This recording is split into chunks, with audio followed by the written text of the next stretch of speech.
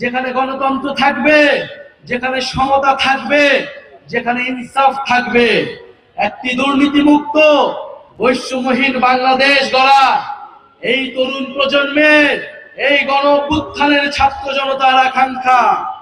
কিন্তু 5ই আগস্টের পর থেকে সেই আকাঙ্ক্ষা থেকে নানা পক্ষ সরে গিয়েছে।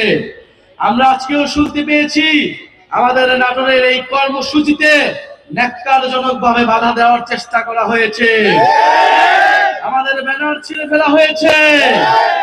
হুঁশিয়ারি দিতে চাই, মাত্র 1 বছর আগের ঘটনা। এই ব্যানার ছিঁড়ে কর্মসূচিতে বাধা দিয়ে যারা ক্ষমতায় দীর্ঘায়িত হইতে চেয়েছিল, তারা আজকে বাংলাদেশে তাদের ঠাঁই হয় না। যদি এখনো শিক্ষা না নেই, যদি এখনো আমরা সেই স্বৈরাচারী ফ্যাসিবাদী সরকারের পতন থেকে শিক্ষা না নেই, তবে তাদের পরিণতিও সেই দিকেই যাবে। প্রিয় বন্ধুগণ, আমরা জানি নাটোরে কোনো ভালো শিক্ষা প্রতিষ্ঠান নেই, উচ্চ শিক্ষার কোনো প্রতিষ্ঠান নেই। আমাদের এখানে গ্যাসের সংকট রয়েছে।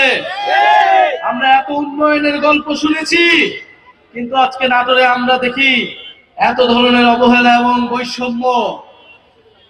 জাতীয় নাগরিক পার্টি আপনাদেরকে কোনো মিথ্যা আশ্বাস দিতে এখানে আসেনি। জাতীয় নাগরিক পার্টি এখানে এসেছে যেই তরুণদের, যেই ছাত্র জনতার আহ্বানে আপনারা গণ অভ্যুত্থানে অংশ নিয়েছিলেন, সেই ছাত্র তরুণরা একটি নতুন রাজনৈতিক দল গঠন করেছে। সেই তরুণরা এখন দেশ গঠন করতে চায়। আপনারা সেই তরুণদেরকে সহায়তা করুন, সেই ছাত্র জনতার পাশে এসে দাঁড়ান। আমরা বিশ্বাস করি ঐক্যবদ্ধভাবে আমরা যেভাবে ফ্যাসিবাদের পতন ঘটিয়েছিলাম, সেই একইভাবে আমরা এই বাংলাদেশ বিনির্মাণ করতে পারবো। প্রিয় বন্ধুগণ, আমরা বলছি দেশের মৌলিক সংস্কার প্রয়োজন। আমরা বলছি জুলাই ঘোষণাপত্র দিতে হবে। আমরা বলছি গণ অভ্যুত্থানের সাংবিধানিক স্বীকৃতি দিতে হবে। এই গণ অভ্যুত্থানে যে সকল ভাইয়েরা বোনেরা নেমে এসেছিল, যে সকল মানুষ শহীদ হয়েছিল, তাদের সেই শহীদি মর্যাদা রাষ্ট্রকে দিতে হবে। সংবিধানের স্বীকৃতি থাকতে হবে। এর জন্য আমাদের প্রয়োজন জুলাই ঘোষণাপত্র এবং জুলাই সনদ। আমরা কোনো ধরনের টালবাহানা, কোনো ধরনের ষড়যন্ত্র মেনে নেব না। প্রিয় নাটোরবাসী, আজকে যারা আপনারা অক্লান্ত পরিশ্রমের মাধ্যমে, আপনারা জানেন এই নাটোরে জুলাই গণ অভ্যুত্থানের 8 জন শহীদ রয়েছেন।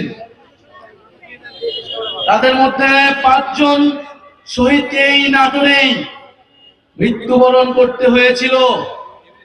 ফ্যাসিস্ট স্বৈরাচারী শেখ হাসিনার সরকার আমার ভাইদেরকে, বোনদেরকে হত্যা করেছিল।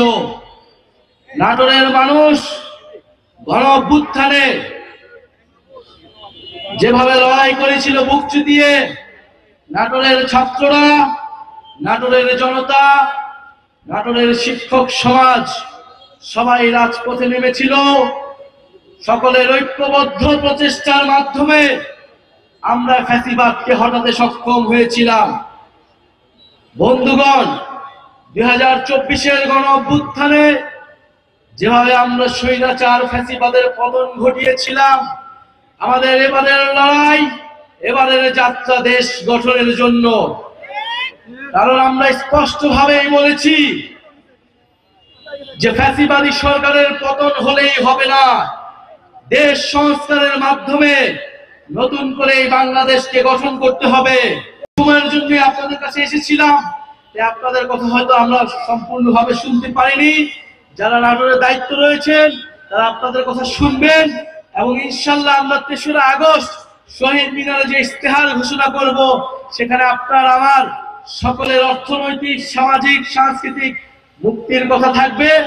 নতুন বাংলাদেশ পুনর্গঠনের রূপরেখা থাকবে। আপনাদের সাথে দেখা হবে 3রা আগস্ট শহীদ মিনারে। আসসালামু আলাইকুম।